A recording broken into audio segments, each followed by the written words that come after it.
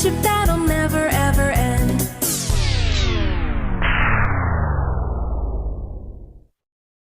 Run!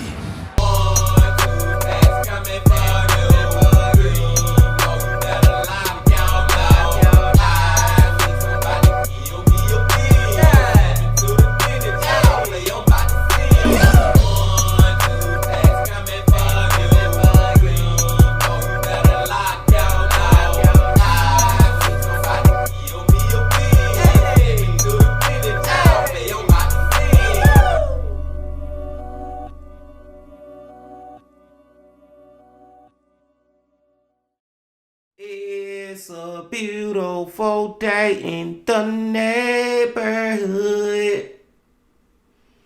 Reaction video 341. Day in the neighborhood. My brothers and sisters.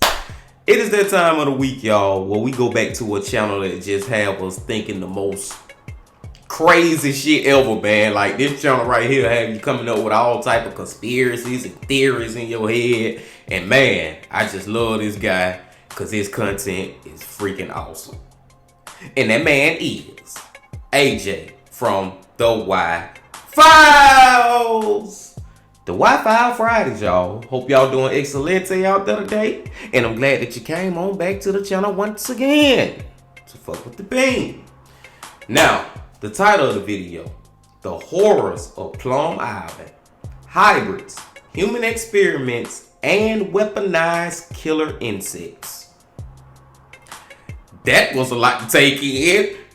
Hybrids, human experiments, this shit sound like a goddamn Area 51 on an island. And I do believe that it's some, I feel like it's some island somewhere that like, us is like the normal public or whatever the word is don't know about. I feel like the government hide more shit than we know. You know what I'm saying? And them having a crazy ass island, I can believe that. And I'm getting hyped right now because I'm just like, this is gonna be crazy. But before we see how crazy it is, my brothers and sisters, y'all know what y'all got to do. Get whatever you may need. Get what you need, the Wi-Fi Fridays. Once again, my friends. Y'all got what y'all need? Y'all ready to go? Then let's fucking go. This episode of the Y-Files is brought to you by Henson Shaving. In July 2008, the carcass of an animal washed up on the beach at Montauk Point, Long Island. Local beachcombers are used to seeing dead animals, seagulls, fish, crabs, even the occasional whale. But they had never seen anything like this. Animal experts were brought in to identify it. They were stumped. It looked like part dog, part reptile, and part rodent with the beak of a bird. This animal, whatever it was, became known as the Montauk Monster. But where did the monster come from? There could be only one answer: Plum Island. Plum Island is just a few miles from where the monster was found. Locals heard rumors that this was a top-secret government facility that created bioweapons, engineered animal hybrids, and maybe even experimented on people. Sounds like a wild theory. But then another animal washed up on the beach. Again, it couldn't be identified. And then another animal, and then two more. In 2010, the rumors about Plum Island seemed to be true when something else was found on the beach. This time it wasn't a strange animal, it was a body. A human body. Well, almost human. Get whatever you may need. Hang on, honey, hang on. I'm gonna deal with it. Here come the Wi-Fi with his commercial, man. But my brothers and sisters, my freaking mind already blown. Those first couple of minutes, looking at them damn pictures, man. That shit is like a damn dog and a fucking a seal mixed up together or something. It'd be like a seal and a fucking dog at the same damn time, man. That is crazy, dude. Then there's multiple pictures of this shit. I knew this shit was about to be crazy, y'all. I knew it, man. Fucking with AJ, man. Jesus Christ. I love this guy channel, man. I can't lie, y'all. I'm so glad we found this man channel. Real talk. And y'all fuck with whatever Helperfish talking about. Henson say shaving. Y'all, if you know you need a shave, fuck with Henson, man. And the Wi-Fi, he gonna get you, you gonna get a little money off for you. You know what I'm talking about? But let's go, my brothers and sisters. Let's go right here. Less than 2 miles off the coast of Long Island and about 85 miles from New York City is a small island owned by the US government and unidentified on most maps. It's only accessible by ferry or by helicopter, but don't try visiting. Even if you have top secret clearance, access to Plum Island is invitation only. Boats that wander too close are quickly chased away by armed military personnel. Officially, the island is home to the Plum Island Animal Disease Center, a federal research facility that studies livestock-related diseases, specifically foot and mouth disease and African swine fever. These are highly contagious diseases that affect cows, pigs, sheep, and goats. The Plum Island Animal Disease Center is the only lab in the U.S. authorized to work with live FMD samples. If these samples escape the island, it could devastate the country's food supply in a matter of weeks. Foot and mouth is so contagious that if a single case is found in imported meat, all meat imports from that country are instantly banned. In 2001, the UK had an outbreak of foot and mouth disease that resulted in a loss of almost $10 billion and the slaughter of more than 6 million animals, whether they were infected or not. The center also studies African and classical swine fevers as well as avian flu. Now, there's no question that since the 1950s, Plum Island has studied diseases that affect livestock. But Plum Island's true history is much darker. For years, stories circulated that Plum Island was conducting genetic experiments on animals and possibly on people. So when the bodies of strange animals began washing up on beaches around the Long Island Sound, it could mean only one thing. The rumors about Plum Island were true. The Manhattan Monster was found along the East River. Then another creature washed up. And this one kind of looked like a pig, but you don't see a lot of those running around New York City. Besides, pigs have 4 toes on each foot that ends in a hoof. The Manhattan Monster's feet had 5 toes that ended in what looked like claws. Ooh, did it have the body of a crab and the head of a cat? No, it had That would be a crab cat. I know, but See the crab cat? some thought it could be a huge rat. Now, I'm from New York, and I've seen some huge rats. Especially under the F train at West 4th Street, huh?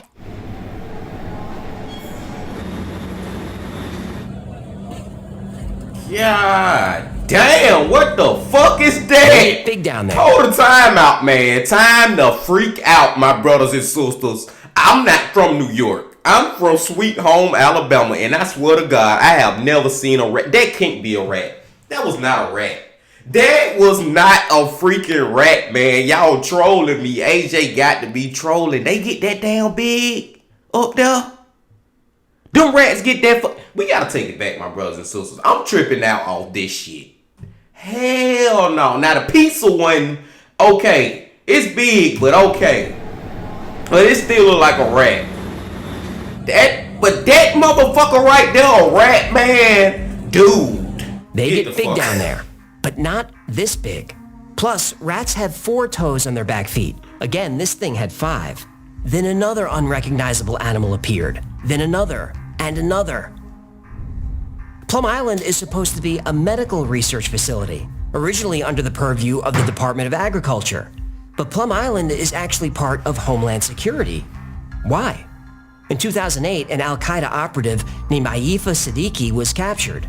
She was in possession of handwritten notes with possible sites for a mass casualty attack in the United States. One of the sites listed was Plum Island. Again, why?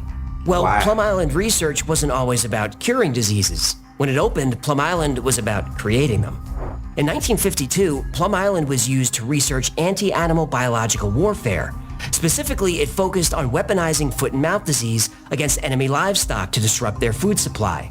But there's evidence that the bioweapons developed on Plum Island weren't only targeting animals, but targeting humans. In January 2010, a human body was found on Plum Island by a local security guard. It was described as a 6-foot-tall black male with no obvious signs of trauma. But there were a few strange details about this man. One is that his fingers were described as abnormally large.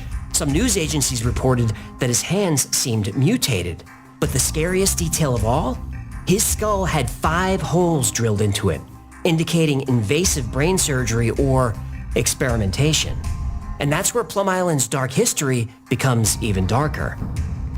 Because when the United States wanted to create one of the deadliest germ labs on Earth, it brought in elite personnel to build it. To build Plum Island, the US brought in bioweapon scientists with experience in human experimentation. To build Plum Island, the US brought in the Nazis. Say what? Why couldn't the Montauk Monster be some critter that they were tinkering with that somehow went into the water and got swept by that outgoing tide? Montauk is south and east of Plum Island, not that far, maybe 10 miles as the crow flies, maybe less even. Why couldn't it be that?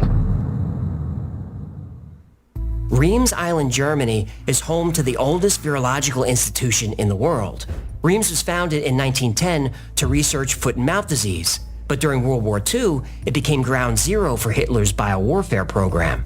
Reims was run by scientist Erich Traub, who reported directly to Heinrich Himmler, who reported directly to Hitler. Traub experimented with unique forms of biological warfare. He specialized in biting and stinging insects. He discovered that if you infect beetles and ticks with a deadly disease, you can drop them on enemy troops and their food supplies. You can devastate an entire army without firing a single shot. Ticks were considered an ideal weapon for biological warfare. They're small, making them hard to detect. They're resilient, making them hard to kill. And they feed on human blood, making them motivated to spread disease. Now that's some cold shit right there. Now that's the secrets to war. Like literally, like that's a secret. That's a gem right there. To be able to infiltrate your enemy in a solid, like nobody can really detect way and potentially end up killing everybody from these damn ticks. Not one gunshot gotta be let off. That's strategic as fuck, man. That's the art of war. The tick is the perfect germ vector, which is why it has long been fancied as a germ weapon by early bio-warriors, from Nazi Germany and the Empire of Japan to the Soviet Union and the United States. After the war, there was no Nazi Germany. There was no Empire of Japan. But the Soviet Union and the United States were still very interested in using poison ticks in warfare, except now they would be used on each other. So now the two allies became enemies, and competition for German technology was fierce. The United States launched Operation Paperclip, a secret program that recruited German scientists, engineers, and technicians. The US gave German scientists a choice: work for us and your war crimes are forgiven. Not a difficult decision for most.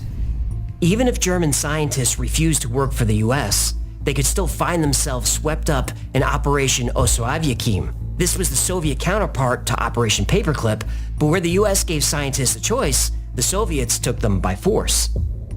Erich Traub was one of the scientists forced to work for the Soviets from his lab on Reims Island. But in 1948, British intelligence got him out and brought him to the States. Soon, he was working at Fort Detrick, the Army's biological warfare headquarters. And based on the design of Traub's island in Germany, the United States built their own lab off the coast of New York. So the Plum Island Animal Disease Laboratory opened its doors in 1954. A source who worked on Plum Island in the 1950s recalls that animal handlers and a scientist released ticks outdoors on the island. They called him the Nazi scientist. In 1951, they were inoculating these ticks.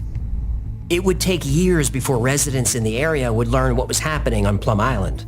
And when locals found out, tensions were high. Nobody wanted a bioweapons lab in their backyard.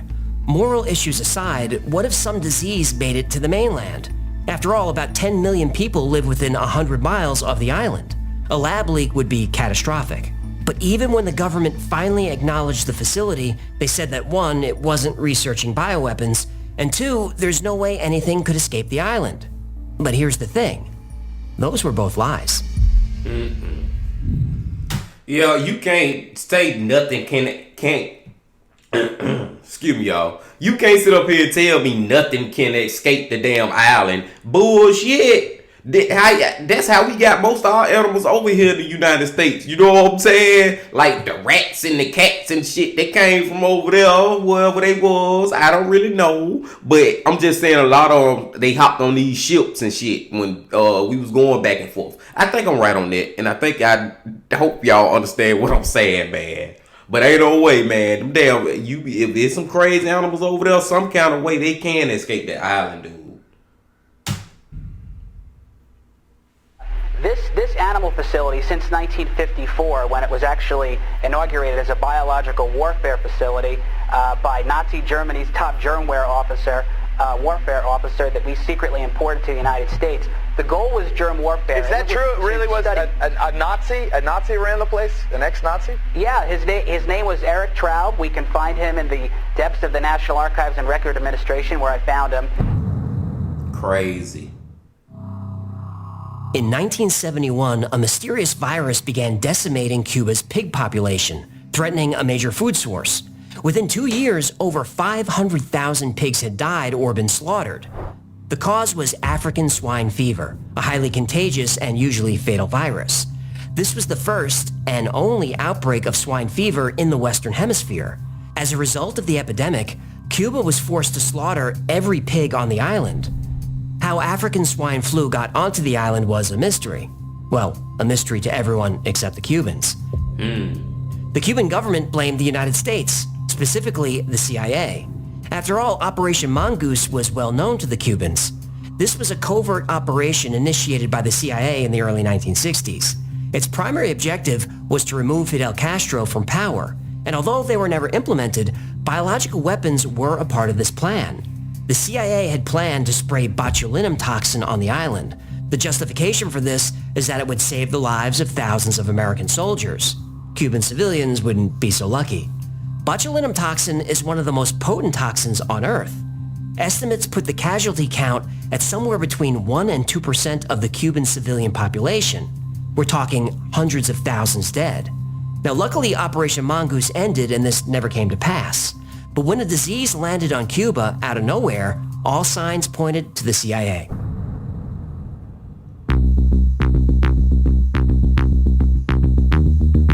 In 1977, Long Island newspaper Newsday reported 2 Cuban exiles admitted they were part of the plot. They said in early 1971, they were given the virus at Fort Gulick in Panama. They then traveled to Navassa Island near Cuba and smuggled the virus to the island. Now, there is proof that the U.S. Navy was on Navassa Island in early 1971, but they claim this was a scientific mission, though the science they were researching was looking for animal diseases that could jump to humans. Now, that might be a coincidence, but there's only one place in the Western Hemisphere that has live African swine flu. That's Plum Island. And the way African swine flu is transmitted? Through ticks.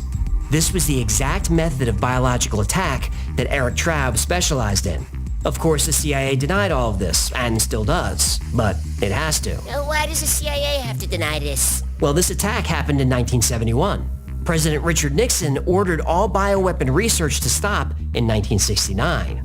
So there's no way the CIA could have been involved, right? Oh, I know where this is going. But in 1975, a congressional report revealed that the CIA continued to maintain a stockpile of biological weapons, lots of them, in violation of the order. The CIA doesn't like to follow orders. No, they don't. And this was a terrifying prospect. Who is in charge of these dangerous bioweapons? With no oversight, there's a high risk that one of these diseases could infect the population and we'd never see it coming. Yeah. Turns out, that's exactly what happened. The fuck? Hey, do y'all think the CIA did this shit for real, y'all? I don't trust the ass, man. I just put it this way. I wouldn't put it past them. I wouldn't put it past them. In 1975, Ronnie was working a security detail for a warehouse in Connecticut. During his shift, he walked the building, the parking lot, and the fence around the property. During one of his rounds, he felt a pinch on his ankle. He was breaking in a new pair of boots, and he knew he'd spend the next few nights nursing sore feet. When he got home, the first thing he did was strip off those damn boots, and sure enough, he had a small red welt on his ankle. When he woke up the next morning, the small red welt had ballooned into a painful blister shaped like a bullseye. When he rubbed it, he felt a bump. He looked more closely. The bump was a bug, and it was alive. Ronnie grabbed a pair of tweezers, and when he pulled the bug out, it broke apart. A few days later, his joints started to ache and he felt sick. He thought he had caught the flu, but it wasn't the flu. In 1975, the small town of Old Lyme, Connecticut experienced an outbreak of a devastating new disease. Some people got rashes, some ran high fevers, others had painful swollen joints. Some people had all these symptoms, as well as headaches, dizziness, and shortness of breath. In severe cases, people were becoming delusional, experiencing psychosis, and becoming paralyzed. At first, doctors misdiagnosed the condition as a type of arthritis. They named it Lyme arthritis after the town that had the first outbreak. 2 years later, scientists finally connected Lyme arthritis to the bite of a deer tick. A type of single-cell bacteria called Borrelia was to blame for what's now known as Lyme disease. As the reports of symptoms came in, these cases were placed on a map. A disturbing picture started to appear. Ground zero was Plum Island. This was another disease spread by ticks. This also has Eric Traub's fingerprints all over it. But was the outbreak an accident? Or is the government conducting a test on the population without their knowledge? If it was a test, it wouldn't be the first time. In the 1930s, the Tuskegee experiment infected 400 men with syphilis to see how the disease affected black males. And I remember hearing about this somewhere, y'all. Don't remember well, but I know about this story. Were denied treatment. The U.S. government has infected prisoners with cow blood and exposed people to plutonium. It really was the Kmart of human experimentation from 1951 to 1974. Operation Sea Spray was a secret test in 1950 where the government dropped bacteria on the entire city of San Francisco. In 1966, the Army released bacteria into the New York subway to simulate a biological attack. Hey, if you can make it there, you can make it anywhere? Project 112 and Project Shad infected thousands of military personnel with biological agents like BZ and nerve toxins like sarin gas. The tests themselves were a lot of smoke. The planes would let out like a smoke or gas type of thing, and it would also cover the ship.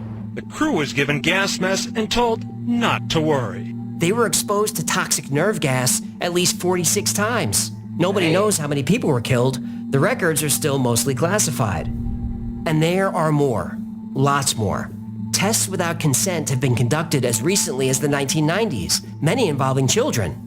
And that's just what's been exposed. Who knows how many more tests are still classified or if tests are still taking place. We do know that some civilians were exposed in tests that occurred in Hawaii, possibly in Alaska, and possibly in Florida.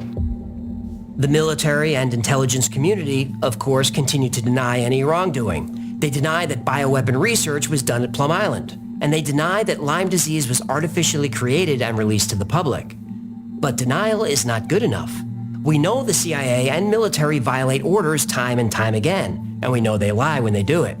So in 2019, Congressman Christopher Smith from New Jersey proposed an amendment to the 2020 defense bill. For years, Mr. Speaker, books and articles have been written credibly asserting that significant research at Fort Detrick and Plum Island and elsewhere was conducted to turn ticks into bioweapons. Mr. Speaker, with Lyme disease and other tick-borne diseases exploding in the United States, an estimated 300,000 to 427,000 cases, new cases each year, and 10 to 20% of those people with chronic Lyme, Americans have a right to know whether or not any of this is true. Okay, my brothers and sisters, I was leaning towards, what I had just said. I wouldn't put it past them, but the more I'm starting to think about it, I think that the CIA or whoever, I think that all I'm trying to say is, the point I really want to make is, I believe that this disease shit, this Lyme disease and all this shit did originate from them ticks on Plum Island. Now, who released them, how it happened, all that, I mean, you can believe a lot of things. But I think the fact that remains true is that those ticks originally came from Plum Island. And those ticks are the reason why they got the Lyme disease and all that stuff that was going on at that place that I can't remember the name of, with the whole outbreak and everything. But let's go. But what prompted this? Well, the bacteria that causes Lyme disease is called Borrelia burgdorferi, after Willy Burgdorfer, who discovered it. Now, Burgdorfer was widely known as a leading researcher in the scientific study of insects, and his discovery of Lyme disease was historic. But what's not widely known about Burgdorfer is that early in his career, he developed biological weapons for the U.S. military. Specifically, he weaponized ticks. And between 1966 and 1969, almost 300,000 research ticks, they got out. That There you go, ding dong, the witch is dead. There you go now. What's the chances of that? This man actually do this shit. He already was in the tick game. You know what I'm saying? So, come on, man. Come on, man. Come on, man. Dr. Willie Burgdorfer, the researcher who was credited with discovering Lyme disease. Turns out that Dr. Burgdorfer was a bioweapons specialist. The interviews, combined with access to Dr. Burgdorfer's files, reveals that he and other bioweapons specialists stuffed ticks with pathogens in a quest to cause disability, disease, and death. Between 1966 and 1969, government researchers released 300,000 ticks into the wild. The ticks were irradiated so they could be tracked. 300,000 irradiated ticks. What could possibly go wrong? Oh, plenty. One of the species released were Lone Star ticks. Lone Star ticks are especially aggressive. Most tick species wait for prey by attaching to a blade of grass. When an animal brushes against it, the tick latches on. This is called questing. Lone Star ticks are different. They don't wait. They actively hunt. They can smell the ammonia in sweat and the carbon dioxide from breath. They're the only ticks with eyes. Unlike other ticks, the Lone Star can bite multiple times. Even their young, called nymphs, can feed on humans. Lone Star ticks can go months without food. They can absorb water from the air. They can survive underwater. They can be frozen. Female Lone Star ticks lay hundreds of thousands of eggs at a time. Damn! And scariest of all, Lone Star ticks swarm. They'll ball themselves up in groups of almost 10,000 ticks. And when an animal or person brushes up against a group, it means thousands of tick bites.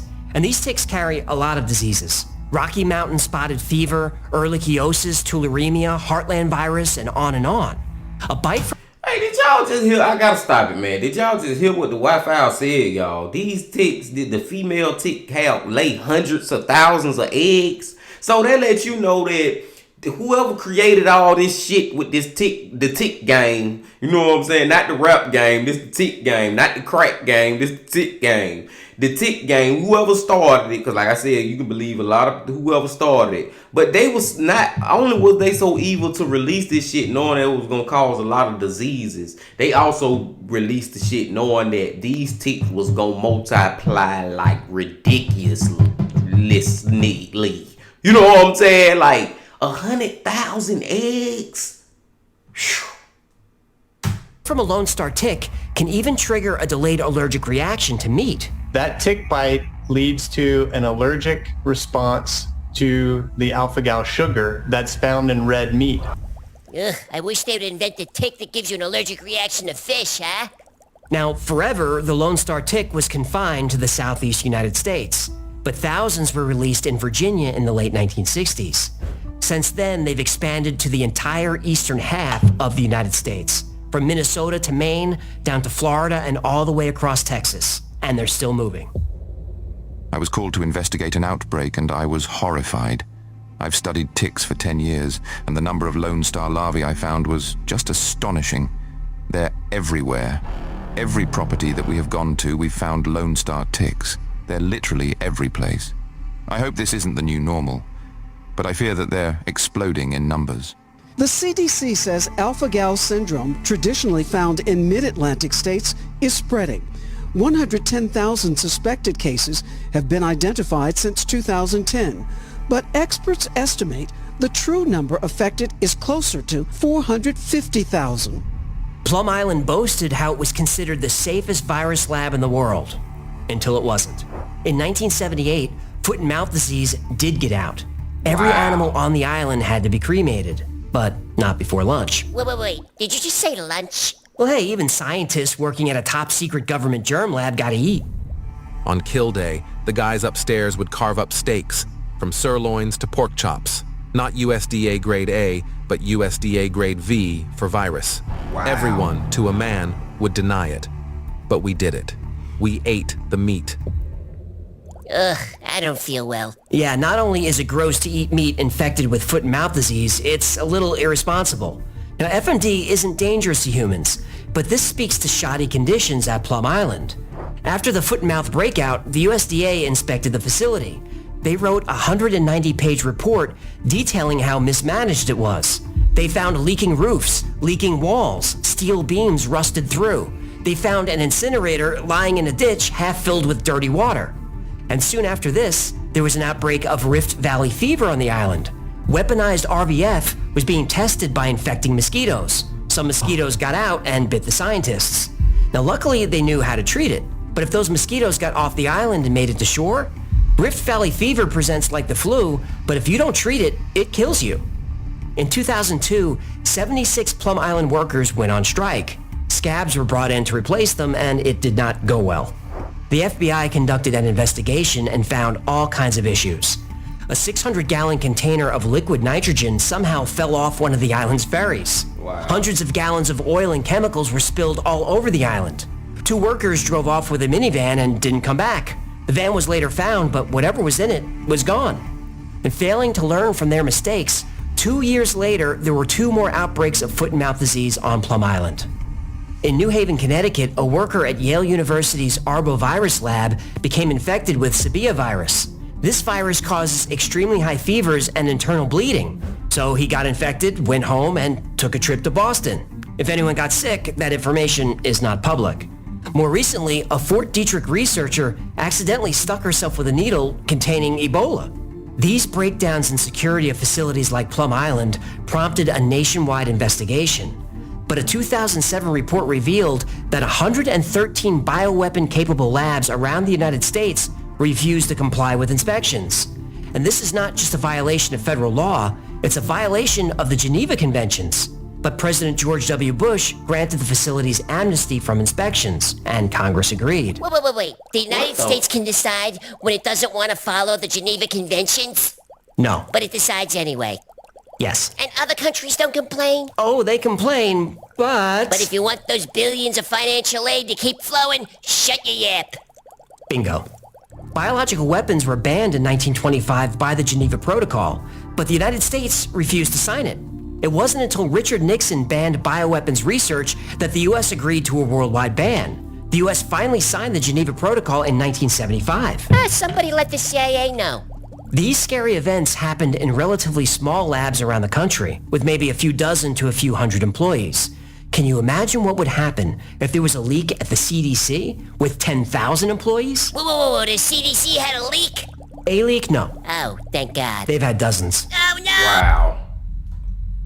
Man, this shit, see, the United States government, man, they hide some shit, bro. They doing some dirty shit, y'all. They doing some shit they don't supposed to be doing, man. Because you mean to tell me that, AJ just said like hundreds of these places all around the United States are not complying and not being in compliance of the code or, the policy or whatever the, term is that they supposed to be following. And then our President Bush at the time signed a waiver or whatever so they didn't have to follow those rules. Like, why would he do that? Why would the President of the United States sign off on something like that? Like, okay, so y'all breaking the rules and y'all not following what you're supposed to be following, but it's okay, y'all exempt. Are you fucking kidding me? The U.S., y'all know y'all ass hiding some shit, man. I don't care what nobody say. But let's keep going. In May 2012, 24-year-old Amy Copeland and a few friends were ziplining near the Tallapoosa River in Georgia. During one of Amy's runs, she heard a snap. The zip line broke and she fell into the creek below. She landed on sharp rocks and cut her leg pretty badly. She went through routine surgery, but over the next 2 days developed a fever and severe pain. Amy was infected with Aeromonas hydrophila, a rare type of flesh-eating bacteria. This bacteria moves faster than antibiotics can work, so the only way to remove it is to remove the limbs it infects, so you have to move fast. Amy survived, but lost both hands, both feet, and her entire left leg. But suddenly, more cases of this rare disease were popping up. Georgia, South Carolina, northern Florida. When looking at these cases on a map, people started asking, how secure is the CDC building in Atlanta? Well, not as secure as you'd hope. In June of 2012, just weeks after Amy Copeland's accident, it was reported that the CDC building in Atlanta had an airflow problem. Rather than drawing clean air into a contaminated lab, it was blowing contaminated air out. Dirty germy air? Yep. In that building, they study SARS, monkeypox, and anthrax. Oh, the heavy metal band? The disease. Ah, that makes more sense. While transporting samples, about 80 employees in Atlanta may have been exposed to live anthrax. Live anthrax? So you mean like in concert? Still the disease. Ah, right. About a year later, it was found that the CDC was storing anthrax in unlocked refrigerators in unrestricted areas. At least 5 times the CDC improperly handled and shipped deadly pathogens to different labs around the country. Anthrax, botulism, and bird flu. About a week after this report, old vials of smallpox were discovered in a building on the Bethesda campus of the National Institutes of Health. And this was after the NIH promised to do better. Better than what? Well, about a year before, a deadly bacteria got out, and 12 people died. Wow. In 2016, investigations show more CDC safety lapses with storing and handling anthrax and Ebola, from software errors to power outages to sealing doors with duct tape. Did you just say they use duct tape to keep in deadly viruses? Yep, and this goes on. And these are just the instances we know about. It's not like the CDC issues a press release every time there's a security failure. True. Most of these discoveries were made with freedom of information requests from citizens. These types of leaks and failures do happen, and they happen more frequently than most people think. These safety problems are at the CDC in Atlanta, one of the most secure facilities on the planet. If a leak can happen there, they can happen in other places. Yeah, Chinese places. Well, let's not single out any specific country. Cheap. Look, just because that rare flesh-eating bacteria is not so rare anymore, I'm not saying it came from the CDC. And Lyme disease probably wasn't created on Plum Island because there's evidence it existed for a long time. You know Otzi, the 5,000-year-old mummy who was found in the Alps? Well, his DNA showed evidence of Lyme disease. But Okay, now that just debunked everything that I thought, man, because I was convinced that it started from Plum Island, but maybe not, because that damn money or whatever, you know, what do you call that? Deceased person from a long time ago, rest in peace to him too. But he had Lyme disease in him, so I don't know. I guess it debunked it. That's the thing about the Y-Files, man. He had you believe in one thing, and then he flipped something on you, and he show you some other evidence, and now you start believing the other thing. Crazy, but I love it. The outbreak of Lyme disease does coincide with research into weaponizing ticks. And the expansion of Lone Star ticks does coincide with the uncontrolled releases of thousands of them in the late 1960s. Dr. Willy Bergdorfer, before he died, did kind of say that Lyme disease was a research experiment gone wrong. Maybe. He had advanced Parkinson's, so it's really hard to tell what he was saying. But there are people who believe that there's no question about it. Books like Lab 257 by Michael Christopher Carroll and Bitten by Chris Newby lay out a very convincing case. Now there's plenty of evidence, but evidence isn't proof. And researching this episode was stressful. The idea that the government has tested bioweapons on its citizens is upsetting enough. But what's really scary is how sloppy the security is in our labs. I had no idea it was this bad. And given what's happened over the past couple of years, we need to pay attention. If you have one of these labs near you, get to know your congressman. Demand that lab safety protocols are made public. Demand to know the result of any safety investigations. Now, they're not going to tell you any of that. But if they know we're watching, they'll pay closer attention to safety procedures. We hope.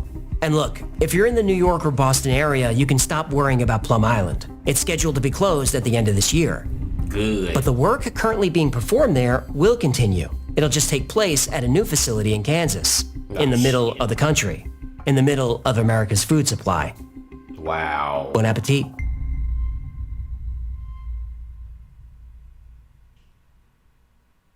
Thank you so much for hanging out with me today. My name is AJ, that's Hecklefish. Yeah, it's cracking. This has been the Y-Files. If you had fun or learned anything and you're not too scared to death, do us a favor and like, subscribe, comment, and share. That stuff really helps us out.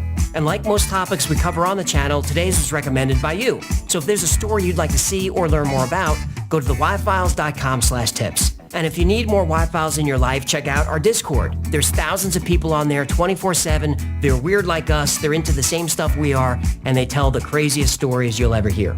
It's free to join, so check it out. And special thanks to our patrons who make all this possible. I dedicate every episode to you, and I can't thank you enough for your generosity. Now, if you'd like to support the channel, consider becoming a member on Patreon. For as little as $3 a month, you get early access to videos without commercials, early access to products like the Hecklefish plushie, special access on Discord, and 2 extra live streams every week just for you. Another great way to support the channel is grab something from the Wi-Fi store. Grab yourself a Hecklefish coffee mug, and then put on one of these Hecklefish t-shirts, and then grab a Hecklefish talking plushie, stuffed animal talking doll fish toy.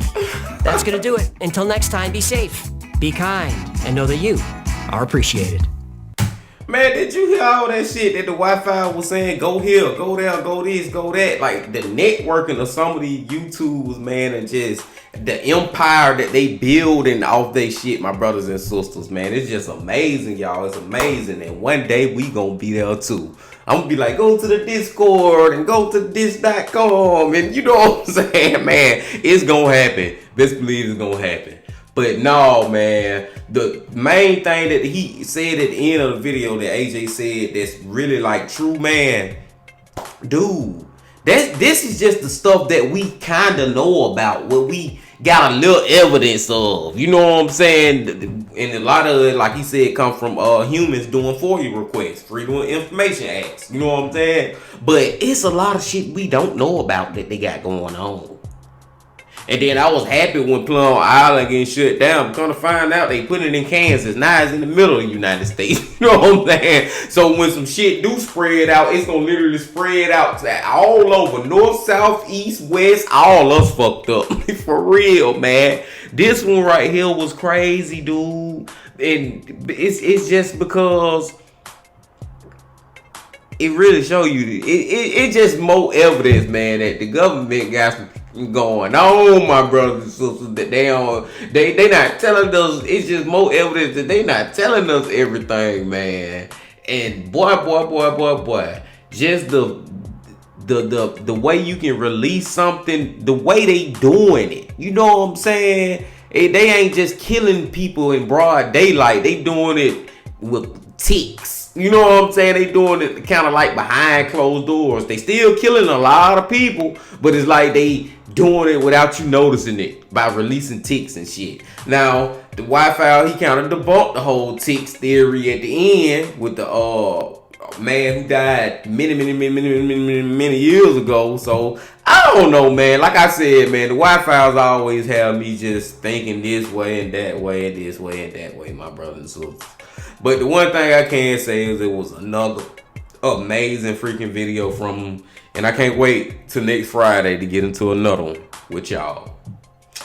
Y'all make sure y'all hit that like button, comment, subscribe, do all that. And come on back tomorrow for real, because the giveaway video is coming out. And until I see y'all tomorrow, my brothers and sisters, love, peace, and happiness. Stay safe. Don't stop. Keep going. Yeah. If you're feeling